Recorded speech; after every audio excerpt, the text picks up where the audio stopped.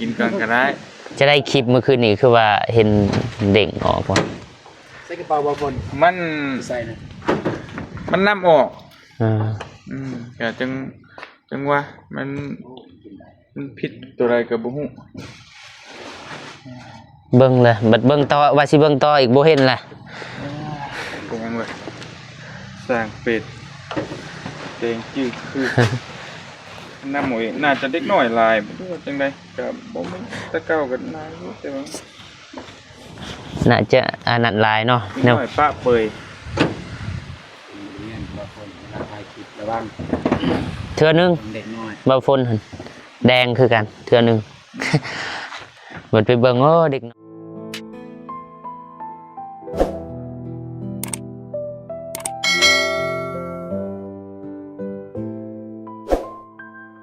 มาตัดภาพมาที่บ่อฝนนะพี่น้องตอนนี้บ่อฝนก็อยู่ที่บ่อนพักบ่อนอยู่นี่แหละห้องพักอยู่เมืองกะลึมแขวงเสกองนะพี่น้องเอาคนนี้หมดกับทักทายสบายดีเด้อสวัสดีพ่อพี่น้องเบิดสู่ผู้สู่คนบ่ว่าอยู่ในและก็ต่างประเทศการยินดีต้อนรับเข้าสู่ช่องบ่าวฝนลาวไต่คือเก่าคือเดิมพี่น้องถือว่าเสาร์มื้อนี้ก็สภาพอากาศก็หนาวเนาะพี่น้องแบบคือฝนจะตกแน่แล้วก็ลมเบิดคืนเนาะลมแห้งขนาดบ่าวฝนนอนก็ยังได้ยินอยู่เสียงลมความว่าแห้งเนาะพี่น้อง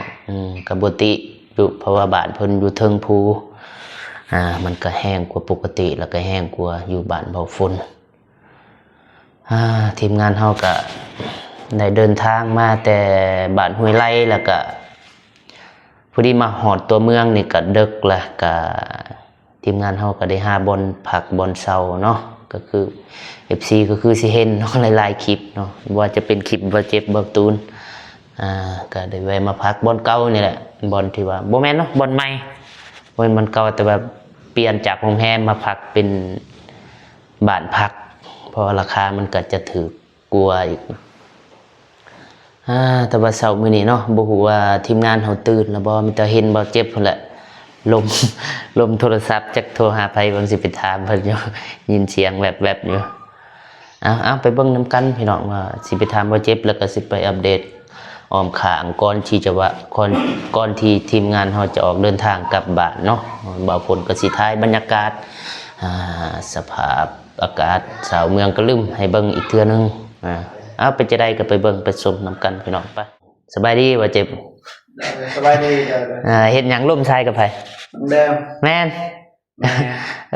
แต่ดึกๆพุ่นแหละลมชายกินฮอดน้องบ่ได้เห็นหน้าชามมือแล้วบ่สิว่าขึ้นฮอดก็ธรรมดาแต่ว่าเฮาได้ลมคู่มือนะโอ้ลมแกเงาบ่แม่นบ่แบบลมไปนั่นน่ะแล้วแบบลมแบบกับน้องกับนุ่งนะว่าซั่นซะบ่ได้จักสิว่าจังได๋จะได้ตอนนี้ความรู้สึกอยากดูต่อหรืออยากเมื่อตอนนี้บ่แม่นกินข้าวแล้วก็ออกเดินทางมื้อแม่นนี่ก็มันค่ำเฮาสิไปซอยเรือเข็นแบบตอนกลับนะเฮาแม่นเฮายังสิได้แวะนี่แวะนั่นเนาะอยากเข้าก็ซอยเลยแต่บ่ฮู้ทีมงานเฮาตื่นแล้วบ่เนาะบ่ว่ามีแต่2คนเฮาตื่นลมโทรศัพท์แต่เช้าหลายคนนะลมเลยคนในบ้านยังลมเลยข้าวนี่แห้งเลยแห้งกระเดะเลยข้าวก็นั่นโตไปกินพุ่นข้าวบ่เจ็บกินข้าวแล้วเมื่อคืนนี่เบาฝนนอนกินพวกเจ้ากินเฟยกินเฟยเพิ่นแล้วก็เปล่ายังคอยบ่กินก็บ่ได้คอยกินซีนแห้งนะกินข้าวบ่เจ็บกินมีคนเตือนค่อยเขาว่าบ่ให้กินซีนพอแล้วว่าหลายลมใส่กับลมเดิมมันจะน้อยใจข้าวแห้งกระเดะเดี๋ยวบ่ฝนก็สิท้ายบรรยากาศทางนอกเนาะพี่น้องมันเป็นจังได๋ลมพัดไปพี่น้อง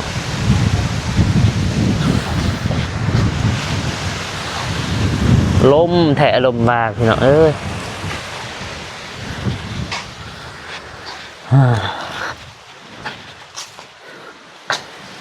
อากาศ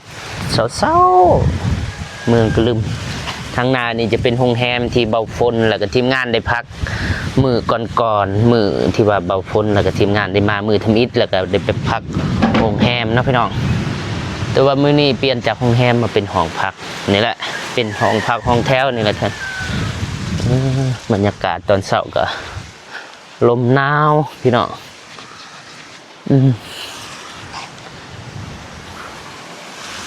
โอ้ยไอเตียงเพิ่นอยู่ห้องป้าลม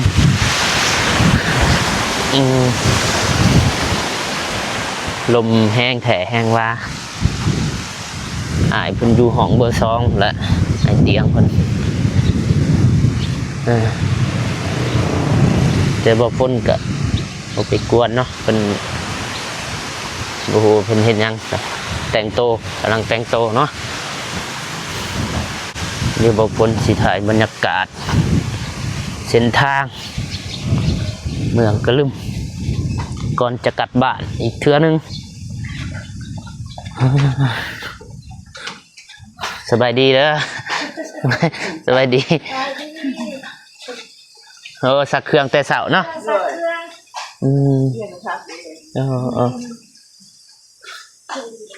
ลมเนาะลมแห้งนี่โอ้ควรมาลมเนาะพี่น้องใบหญ้าเต็มจะนั่นปัดว้าถูกหังตอนี่สมาหังใหญ่แท้ซ้ำเฮือนหลังนึงเหรอว้าถูก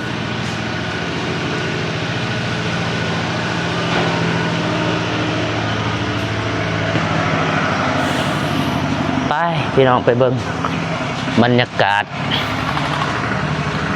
เส้นทางเข้าสู่เทศบาลเมืองกะลึม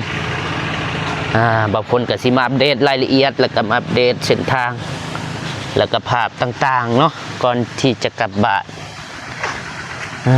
มีแต่ว่าพอกันคลิปหนาหรือว่าพูดแล้วกันว่าได้มาบางคนก็สิอัปเดตอีกเทื่อนึงนี่เส้นทางนี้จะเป็นทางเมื่อบาทเมื่อทะแตงแล้วก็อันนี้ก็เข้าสู่เทศบาลเมืองกะลึมเนาะพี่น้องเข้าไปนี่มันเมืองกะลึมเมื่อทางนี้จะเป็นเมื่อบาทบ่พ้นหรือว่าเมื่อทะแตงเฮา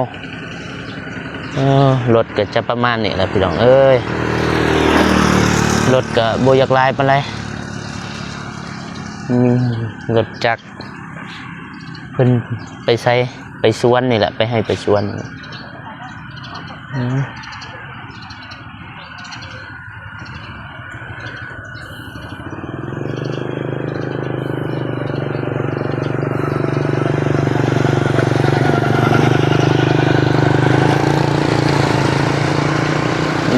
ไปหาเฮ็ดเวียกเฮ็ดงานพี่น้องแต่เช้า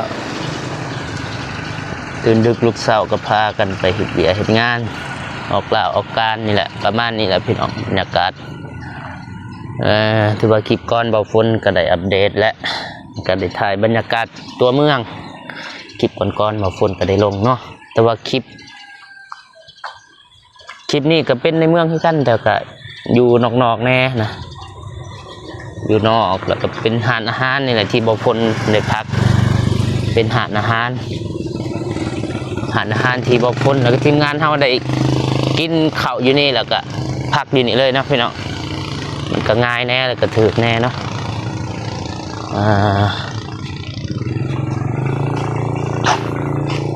ลมที่ว่าแตกต่างจากบ้านเฮาเนาะถือว่าลมแห้งกว่าปกติแห้งแท้แห้งว่าแห้งบ่แห้งกับเบิ้งสภาพหาดตัวนี้เนาะหญ้าเต็มหญ้าใบใหม่พอลมเบิดคืนเลยจนนอนบ่หลับพุ่นแหละปวดมาลม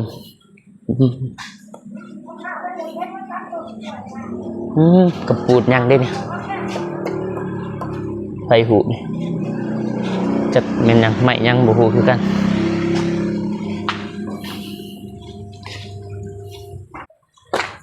อันนั้นไม่เดินลบเมื่อคืนนี่บ่อารมณ์ดีเนาะ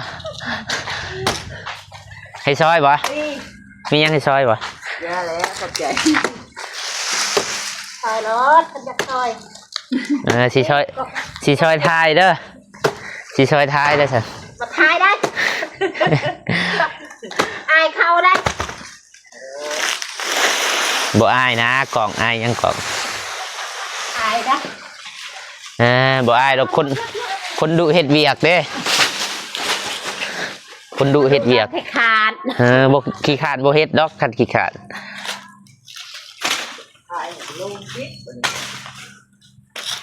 ลมเนาะลมแห้งนี่เหรอ เนี่ยสีก็สีมันเป็นตรงหน่อย กบกล้วยเนาะพี่น้องลมน่าจะแม่นเมื่อคืนนี่แหละบ่ฝนบ่ได้ยิน สวยเนาะก็ออกสวยเลย จังหวะเดี๋ยวยังถ่าเกียมเครื่องเกียมคล้องนี่แหละ โอ้ไปบ้านไหน สีออกเมื่อแล้วก็ตามทางนั่นแหละ โอ้ออกเมื่อเลยว่ะ แม่นแล้วก็สีซอยตามทางอะไรเห็นบ้านอะไรก็สีจอด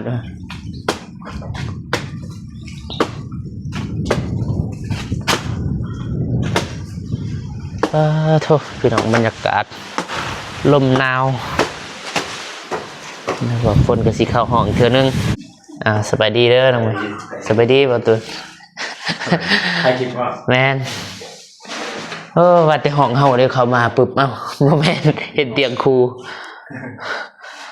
ไปใส่มา ไปไสมาไปอัปเดตเท่านั้นแหละแถวนอก เยี่ยมเลยเกี่ยมเลยเดินทางเลย ไอ้ไงเป็นเซตมาแล้วว่าเกี่ยม เกี่ยมแต่พุ่น4 โมงตื่น4 โมงนอนไว้ได้เมื่อคืน 4 โมงตื่นสายเนาะ นอนเด้บ้านแม่น8 โมง 9 โมงเขากินข้าวแล้วก็เข้าไปนอนเลยตื่นมาบ่เห็นบ่เจ็บห้าบ่เจ็บเลยที่แท้เข้าห้องน้ำพุ่นแหละบ่เจ็บ ไม่ใช่เขานะ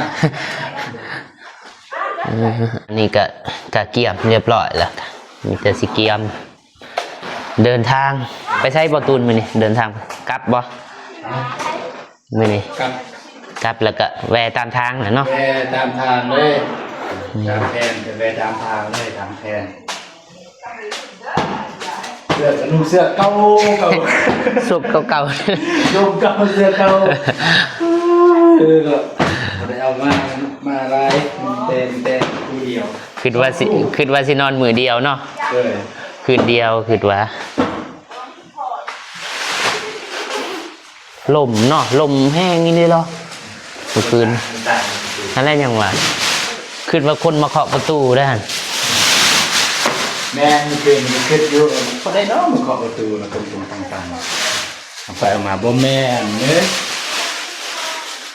บ่เจ็บมัน11 12 1 โมงจักนอน เอาสิเอา แม่ลมชายกับแม่เพิ่น ดึกดื่นยังออกลมใส่มันดึกโคตรบ่เจ็บเหนื่อยเจ็บคอฮะรบกวนนี่ว่า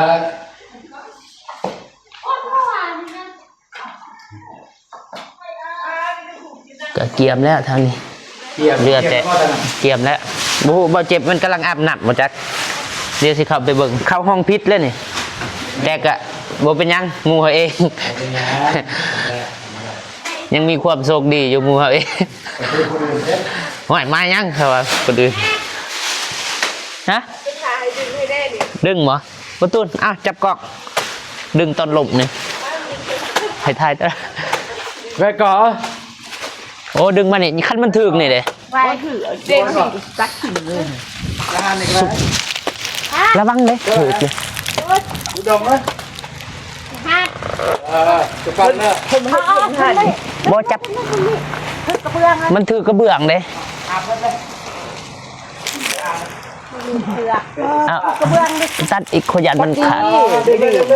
ตัดเพื่อนเคิง หมดมีน้ำจิตน้ำใจ บ่เผายันมันขาดก่อน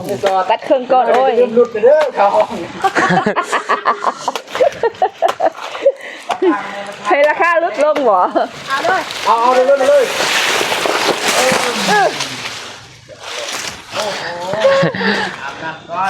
อ้าวอาบน้ำ กำลังอาบน้ำ เอาว่าพ้น ฮะเลย คอย ประเด็นขึ้นช่วยแต่เราประทันอาบน้ บ่ทันอาบน้ำบ่เข้าห้องผิดดันขึ้นว่าห้องเฮาอยู่เฮานี่แหละ ำอะไรลังไปอาบน้ ไปช่วยหน้าไป ำโมเป็นช่วยนะอาบ ได้อ้ายขึ้นรถแล้ว เ แล้วขึ้นไปเอาไปไหวเครื่องอีก โอเคอาบน้ำก่อน โอเค ให้ล็อกก็ห้อง แล้วแต่ บ่ล็อกบ่ บ่เกิน2 วิเด้ออาบน้ำ คืนนี้โดยโทรหาหวานใจอยู่ปะ โทรอยู่ โทรปะ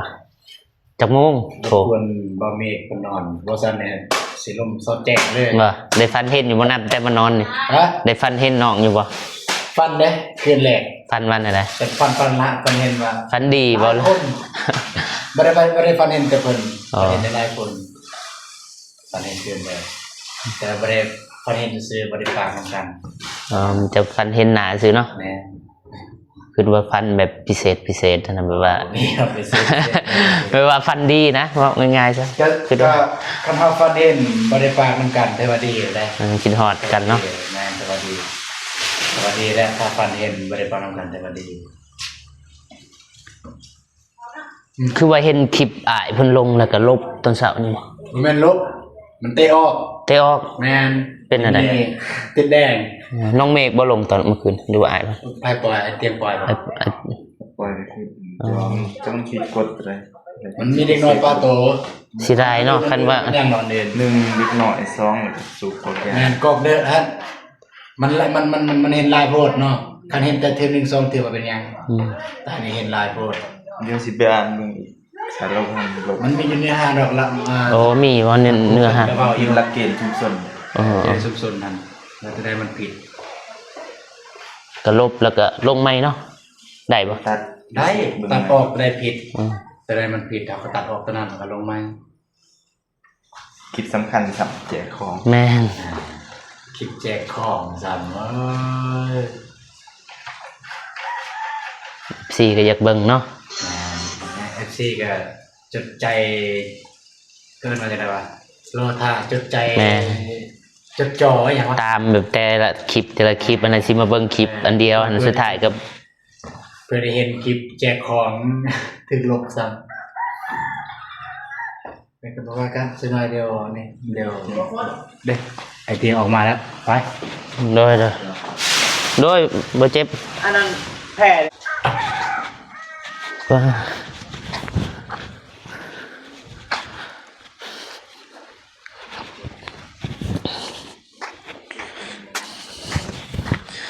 บ่ฮู้ว่าสิออกมื้อเลยบ่หรือว่าสิกินข้าวก่อน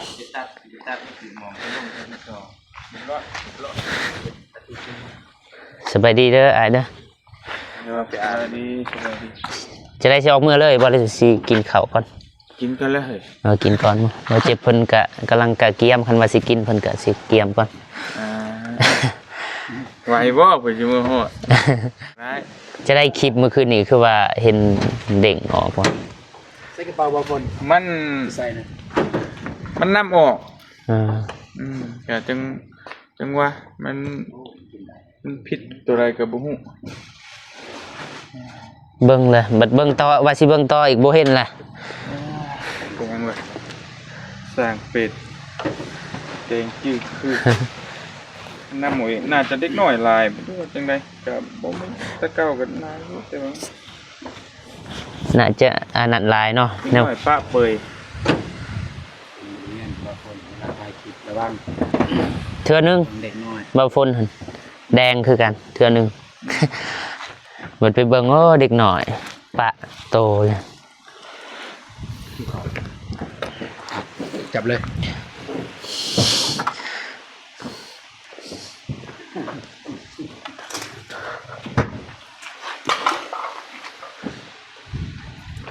สุดเลย ตัดภาพมาอยู่ที่หาดอาหารเนาะ เดี๋ยวเอานี้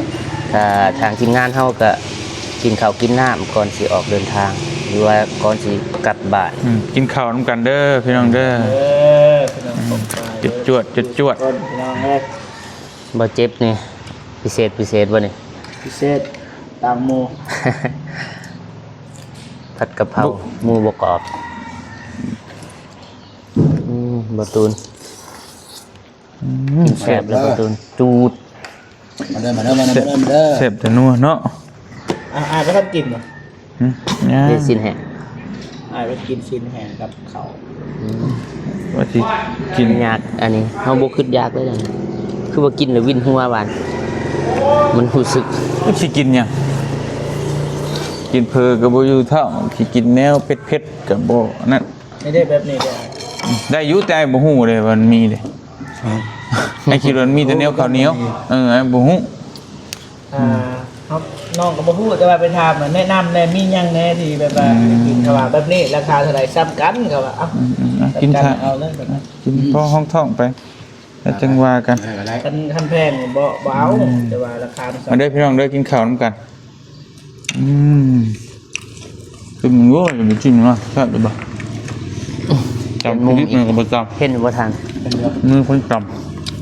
มาเด้อพี่น้องมากินข้าวนำกัน ก่อนสิออกเมื่อบาทนั่นแหละ ส่งลาบ่ ไปลาแล้วบอก ผู้ใด ลาไปเที่ยวอยู่คนเด้อ โคราชแต่บ้านนี่แหละ เที่ยวกันไหน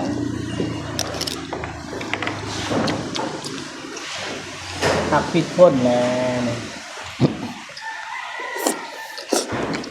ขอให้โชคดีเด้ออาเตียงทองงงอาเมน เบิ่ กิ ง น สิ สตอรี่เลย โอ้ เราก็ถือ สตอ กัน รี่ นั่นเอง จบคลิปเลยมาถึง จบเลย เลย มานี่ไหม สิข้าวเช้าเลยถ่ายปุ๊บ บอสิอยู่นี่เลยจบอยู่นี่เลยบริไกลบริไกล ปิดเลยบ้าน ยังนี่ โอเค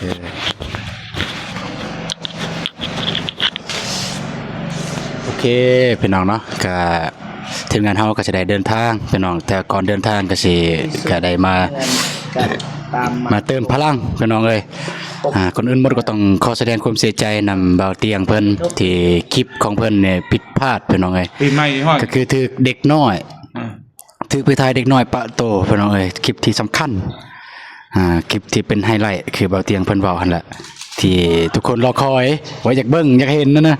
แต่ไปถึกเด็กน้อยไปรัดน้อยหนึง ไปรัดน้อยหนึง